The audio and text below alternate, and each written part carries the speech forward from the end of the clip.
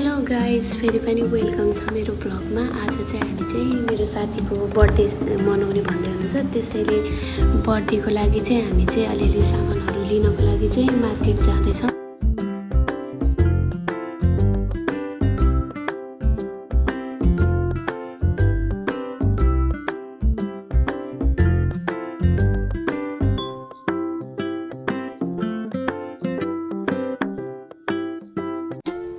सबै सामान लिएर चाहिँ हामी चाहिँ बाटोमा गफ गर्दै गर्दै फर्किँदैछौँ। अनि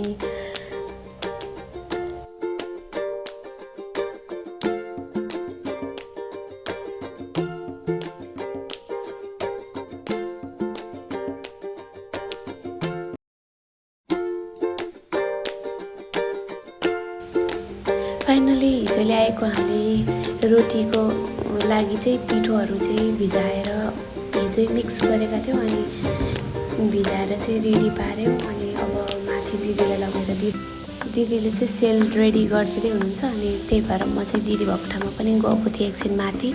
एकदमै राम्रो सेल बनाउनुहुन्छ उहाँले चाहिँ, एकदम राम्रो सेल बनाइदिँदै हुनुहुन्छ, एकदम बिजी हुन्छ। गङ्गा दिदी हुनुहुन्छ, उहाँले चाहिँ हाम्रो लागि मासु पकाइदिँदै हुनुहुन्छ। एकदमै स्पेसल मासु पकाउनु चाहिँ उहाँ हो। अघिको दिदीले सेल पकाउनु भयो जस्तै उहाँले चाहिँ एकदम खतरा मासु पकाउनुहुन्छ। हेलो गरिदिनु नहेरेर भए पनि। ओके, आलु चाहिँ उसिनेर रेडी भइसकेको छ। यहाँ चाहिँ मासु पकाउँदा हुन्छ।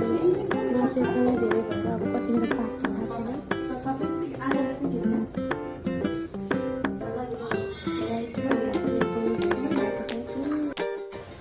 अब चाहिँ सेल मासुहरू चाहिँ सबै पकाउँदै हुनुहुन्छ नि त। अब हामीले चाहिँ अचारको लागि चाहिँ धेरै सामानहरू चाहिन्छ। अब सबै काटकुटहरू गर्नुपर्ने भएकोले थोरै मान्छे थियौँ नि त, 3 जना मात्र। त्यसैले अब हामी 3 जना मिलेर चाहिँ काँक्रो, खुर्सानी, टमाटर सब चिजहरू काट्दै गफ गर्दै थियौँ। गफ एकदमै धेरै, गफ कहिले पनि सिद्धिँदैन नि त। गफ गरेको गरे, काम गरेको गरे गर्दै थियौँ। कहिले काम सिद्धिन्छ अनि रेडी भएर जाने भनेर हामी चाहिँ एकदम एक्साइटेड हुँदै गफहरू गर्दै कामहरू पनि गर्दै थियौँ। काम चाहिँ एकदमै धेरै भएको हुनाले कति धेरै थियो, तर जति गरे पनि एकदम छिटो नसिद्धि।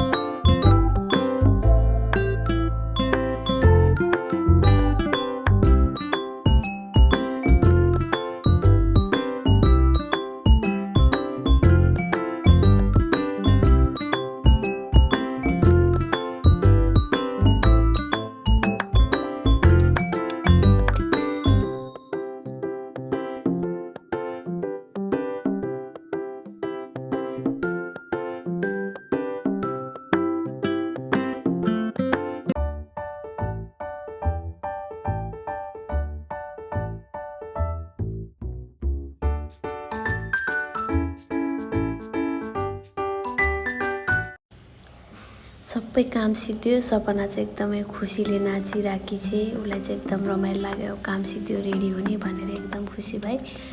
अब चाहिँ कामहरू के काटकुट भयो त, अब के बाँकी छ भनेर हेरेको, सबै जस्तो काटेर चाहिँ रेडी भइसक्यो। अब हामी चाहिँ तयारी हुनको लागि फाइनली सबै काम सिद्धियो। म चाहिँ नुहाएर बाहिर निक्लेँ। अब रेडी हुनको लागि जाँदैछु।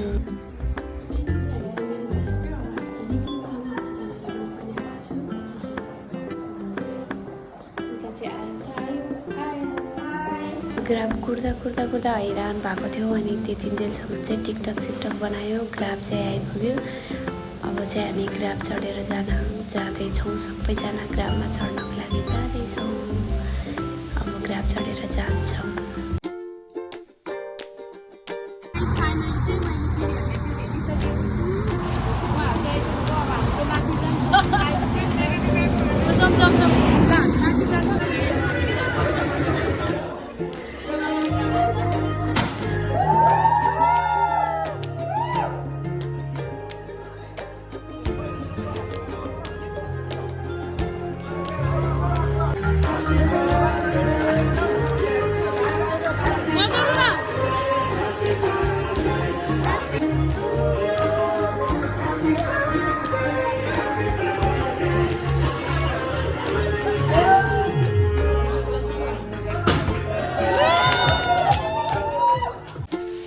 गाइस केक काट्ने प्रोग्राम सिद्धिएर यता खानातिर लाग्यौँ।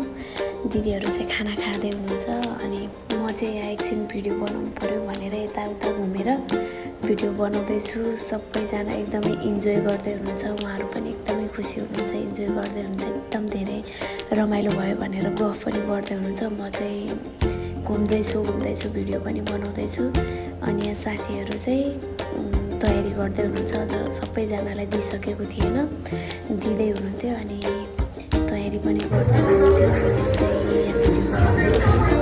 अनि सबै कुरा बनाएर एकदमै मिठो थियो। स्पेसली पानीपुरी चाहिँ एकदमै खतरा थियो।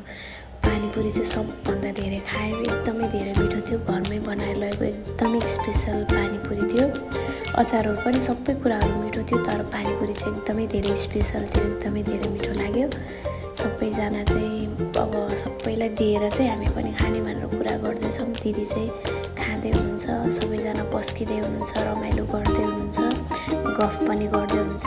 दिदी सबैजना चाहिँ पुरै खाँदैछन् अनि सबैजना खाँदै हुनुहुन्छ। अब हामी सबैजना खाइसकेपछि चाहिँ डान्स गर्ने, अब नाचगान पनि गर्नुपर्छ भनेर कुरा पनि गर्दै हुनुहुन्छ। अनि यता चाहिँ हाई पनि भन्दै हुनुहुन्छ, यता चाहिँ बर्थडे गर्नुहुन्छ।